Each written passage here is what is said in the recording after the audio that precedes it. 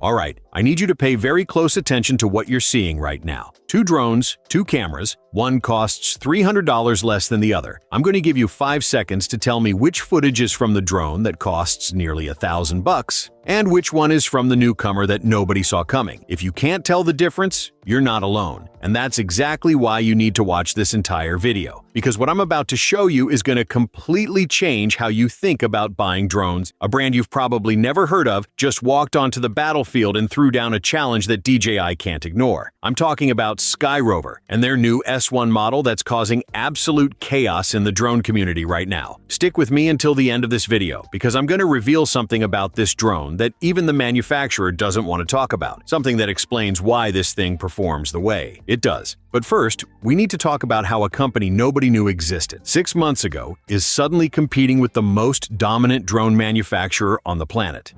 For the mystery brand, let me paint you a picture. My inbox is constantly flooded with companies begging me to review their products. I'm talking dozens of messages every single week from brands trying to get exposure. 99% of them get ignored because their products are frankly garbage. Cheap knockoffs that can barely stay in the air, cameras that look like they were pulled from a smartphone in 2010, and build quality that makes you wonder if they're trying to create flying death traps. Then SkyRover appeared, not with spam emails or desperate pitches, but with actual users creating genuine content about their X1 model. Real pilots posting real footage. The comment sections were filled with people genuinely excited about a non-DJI drone for the first time in years. That caught my attention immediately because authentic excitement is rare in this space. The X1 created waves in a very specific corner of the internet. Drone enthusiasts who are tired of being locked into one ecosystem started taking notice. Then SkyRover dropped the S1, positioning it as a direct competitor to the DJI Mini 3. They claimed it would match the performance at a significantly lower price point. Bold claims require bold evidence. So I spent weeks putting this thing through absolutely everything I could throw at it. What I discovered is going to surprise you, and by the end of this video, you'll understand exactly where this drone succeeds brilliantly and where it falls short. But trust me when I say the equation has changed.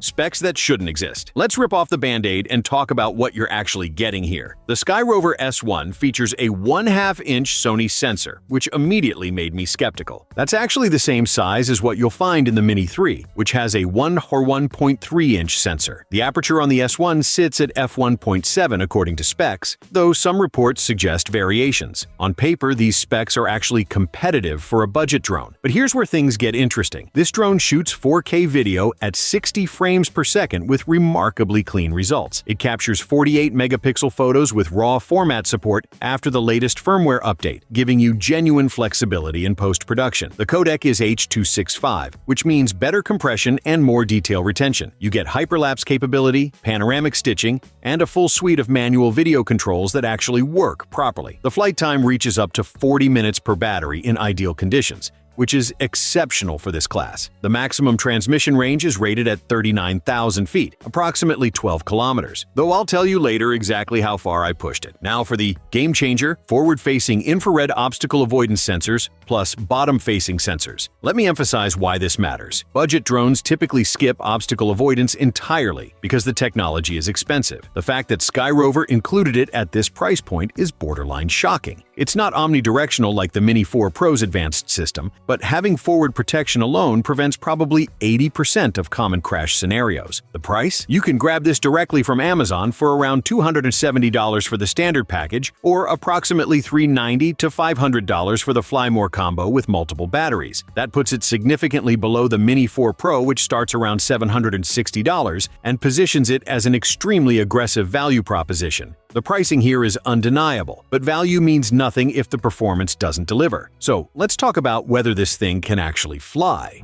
The daytime showdown. I'm going to be completely transparent with you. When SkyRover claimed the S1 would compete with consumer drones, I expected it to fall short in obvious ways. Budget drones always reveal their compromises quickly. Soft details, weird color shifts, exposure that can't handle dynamic range. I loaded up comparison drones for testing, expecting to validate what we all assume. That established brand's years of experience would create an obvious quality gap. What actually happened impressed me. The S1 delivered competitive performance in daytime scenarios. I'm not exaggerating for effect here. The exposure balancing is sophisticated, handling bright skies and dark foreground elements with good grace. The colors come out rich without looking oversaturated or artificial. The dynamic range captures useful information in both highlights and shadows, giving you decent latitude when color grading. I realized SkyRover had positioned their product intelligently. This competes, effectively in the budget to mid-range drone space. So I tested it against various conditions. Both drones set to full automatic mode, 30 frames per second, identical flight paths, same lighting conditions. The results are what you're seeing on screen right now. The S1 produces results that are genuinely usable for content creation. They're different from premium models, absolutely. The color science makes different decisions about how to render the scene, but different doesn't mean inferior for most use cases. The detail retention is solid, the sharpness across the frame is good, and the overall image quality exists in a competitive tier for its price point. This is the part where I need you to understand something crucial. The consumer drone market has been dominated by one major player for years. While alternatives exist and make quality products, true budget competition with premium features has been rare. The fact that a new brand just produced a drone that offers this feature, set at $270, should interest anyone looking for affordable aerial content creation. This isn't just another cheap knockoff. This is bringing features previously reserved for expensive drones down to an accessible price point. The footage speaks for itself, but what impressed me even more was the consistency. Over multiple flights in different lighting conditions, different times of day, different weather scenarios, the S1 kept delivering results that exceeded my expectations for a sub-$300 drone. This level of performance from a budget sensor package at this price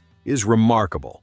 Flight experience revolution. Here's something that genuinely frustrated me for years. Every single drone manufacturer ships their products with absolutely terrible default control settings. I'm talking jerky, oversensitive inputs that make smooth cinematic movements nearly impossible without extensive tweaking. You spend the first hour with any new drone diving into menus, adjusting exponential curves, fine-tuning sensitivity values, and basically fixing problems that shouldn't exist. It's like these companies have never actually flown their own products. They're in the business of making remote-controlled aircraft, yet somehow nobody tested whether the controls feel good. DJI does this. Autel does this. Every budget brand does this even worse. It's been an accepted annoyance that we all just tolerate. SkyRover apparently decided that was ridiculous. The S1's default control settings are shockingly good right out of the box. I'm talking about intuitive, responsive, smooth inputs that feel natural within the first 30 seconds of flight. The stick sensitivity is perfectly balanced. The yaw rate doesn't feel like you're steering a cargo ship. The pitch and roll acceleration curves are exactly what you want for cinematic footage. Within 2 minutes of my first flight,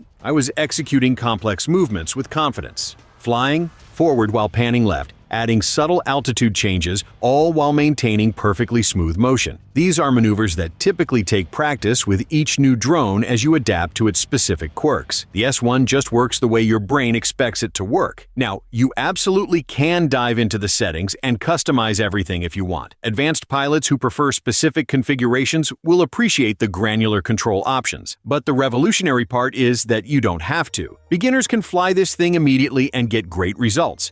Experienced pilots can fly it immediately and get great results. That's incredibly rare. The obstacle avoidance works reliably in testing. The forward-facing infrared sensors detected trees, buildings, and other obstacles consistently. It's not perfect, and you shouldn't rely on it completely, but it functions as an effective safety net. The bottom sensors aid with stable hovering and landing, which inspires confidence when operating in tighter spaces. The dark side. Now we need to have an honest conversation about where the SkyRover S1 shows its limitations. Because while the daytime performance genuinely competes with drones twice its price, there's a dramatic drop-off once the sun goes down. And I mean dramatic. The moment twilight hits, the footage loses life in a hurry. You'll immediately notice that highlights become thin and washed out. Shadow detail that was present during golden hour just vanishes. The sensor struggles to gather enough light, and the image processing can't compensate effectively. It's not unusable, but it's also not competitive with what DJI achieves in low-light scenarios. This comes down to that smaller sensor and slower aperture we discussed earlier. Physics doesn't care about price points. A 1/2-inch sensor at f2.8 simply cannot gather as much light as larger sensors with faster glass. The Mini 4 Pro's sensor advantage becomes immediately obvious once you're shooting in challenging lighting. This is the compromise that allows SkyRover to hit their price target. Color grading the night footage doesn't reveal hidden information. When you try to lift the shadows or recover highlights, you're met with noise and digital artifacts. The data simply wasn't captured by the sensor. so there's nothing to work with in post-production. If significant low-light video performance is critical for your workflow, this limitation matters. However, there's a redemption arc here. The still photo capability remains strong even in challenging light. Long exposure photography works beautifully on this drone. You can shoot extended exposures, capturing light trails, twilight scenes, and nighttime cityscapes with impressive results. The 48-megapixel RAW files, after the latest firmware update, give you real flexibility for editing. The hyperlapse mode can create stunning time-lapse sequences using long exposures. I shot several hyperlapses during sunset and twilight, and after processing the RAW frames manually, the results are genuinely gorgeous. The stabilization is solid, the exposure transitions smoothly, and the final output rivals what you'd get from much more expensive equipment. So yes, video performance suffers at night, but photo capabilities remain strong, and for many users, that's an acceptable trade-off given the price difference. You just need to understand this limitation going in and plan your shooting accordingly. For roads and real-world use, let's talk about how this drone performs when you really push it. Range and connection stability are critical for professional work and peace of mind during expensive flights. I've crashed enough drones due to signal loss to take this extremely seriously. The SkyRover S1 acquires GPS satellites remarkably fast. Within seconds of powering on, I'm typically locked onto 25 or more satellites. That's comparable to DJI's performance and much better than budget alternatives I've tested. Strong satellite lock means more accurate positioning, better return-to-home functionality, and improved stability in wind. For connection stability, I conducted multiple range tests in different environments. In wide-open areas with clear line of sight, the connection remained solid out to distances far exceeding what most users will ever need for real work. The rated range is approximately 7.4 miles or 12 kilometers, and while I didn't push it to the absolute limit, I had no concerns about signal strength at practical distances. That's genuinely impressive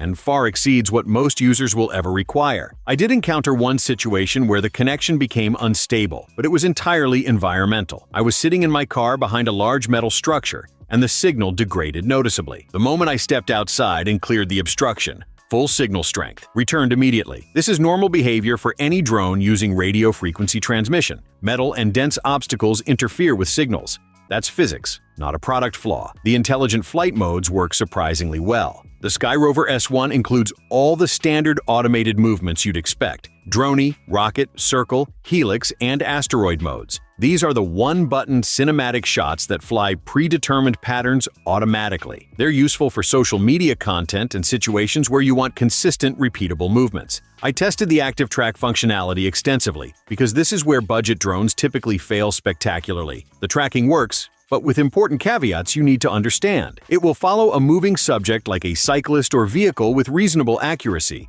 The forward obstacle avoidance helps prevent crashes while tracking. However, it's not perfect, and you cannot rely on it blindly. Small obstacles like thin branches, power lines, or fence posts may not be detected reliably. The drone can maintain visual lock on a subject, but still collide with something in its flight path. This is true for DJI's tracking as well, but it's worth emphasizing. Treat these features as assistance, not autonomous operation. You still need to actively pilot and maintain awareness. The point of interest mode, which circles around a selected subject, works flawlessly. This is one of my favorite features for real estate and landscape work. You set the center point, define the radius and altitude, and the drone executes a smooth circular path while keeping the camera aimed at your subject. The results are consistently cinematic. I also tested the 2x and 3x digital zoom. The 2x zoom is usable for specific situations where you need slightly tighter framing without getting physically closer. Image quality degrades slightly but remains acceptable. The 3x zoom, however, shows significant quality loss. I generally avoid it and prefer to crop in post-production where you have more control. Battery life in real-world conditions should average around 35 to 38 minutes of mixed flying based on manufacturer specifications. That includes hovering, movement, and some aggressive maneuvering. If you're just hovering for surveillance or maintaining a static shot, you could approach the rated 40 minutes. Either way, it's competitive with similarly sized drones and sufficient for most shooting scenarios. I'd recommend having at least 2 batteries for any serious shoot, which is where the Fly More combo package makes sense. The elephant in the room. We need to address the questions that have been circulating since SkyRover emerged. A portion of the drone community has speculated about connections to established manufacturers, created to navigate regulatory environments. Some believe this could be a strategy to continue selling products under different brand names as various markets face increased scrutiny. I reached out for clarification on these connections. The official response was clear. SkyRover operates as an independent entity. Of course, companies will maintain their stated positions regardless of actual relationships. There's limited ability to verify corporate structures through statements alone. So let's look at the actual evidence. The physical hardware has some interesting characteristics. Certain components, particularly the camera housing, show remarkable compatibility with existing products in the market. For instance, ND filters designed for other popular mini drones fit the SkyRover S1, suggesting either shared component sourcing or deliberate compatibility design. The software shows clear influences from established user interface designs. The icon placement, the menu structure, the overall user experience. It's familiar enough to feel intuitive for anyone who's used consumer drones before. Whether that's strategic inspiration or something more deliberate is open to interpretation. My genuine assessment? The product delivers real value regardless of corporate origins. The performance characteristics show both similarities and differences to established products. Some specifications like night performance vary from premium models, while other features like the control responsiveness feel distinctly tuned. Ultimately, it doesn't matter for most users. What matters is whether the drone performs well and offers good value. The SkyRover S1 accomplishes both. The corporate structure and manufacturing relationships are interesting topics for industry observers, but they don't change the product quality or value proposition for end users. Final verdict. After weeks of extensive testing, here's my honest conclusion. The SkyRover S1 represents something compelling in the budget drone market, a feature-rich package at an accessible price point. This isn't a cheap knockoff trying to fool uninformed buyers. This is a capable, well-engineered drone that delivers real value at around $270. The daytime image quality genuinely delivers for content creators despite costing significantly less than premium alternatives. The control experience is intuitive right out of the box, which is refreshing. The build quality feels solid and reliable. The flight performance is confidence-inspiring. For most users shooting primarily in good lighting conditions, this drone will meet or exceed your needs. The limitations are real, but manageable. Low-light video performance lags behind more expensive options due to sensor and aperture constraints. The obstacle avoidance is front-facing only, not omnidirectional. The software, while functional, doesn't have the polish of DJI's mature ecosystem. These are trade-offs, not deal-breakers. Who should buy this drone? If you're a content creator who primarily shoots during daytime and wants to get into aerial videography without a huge investment,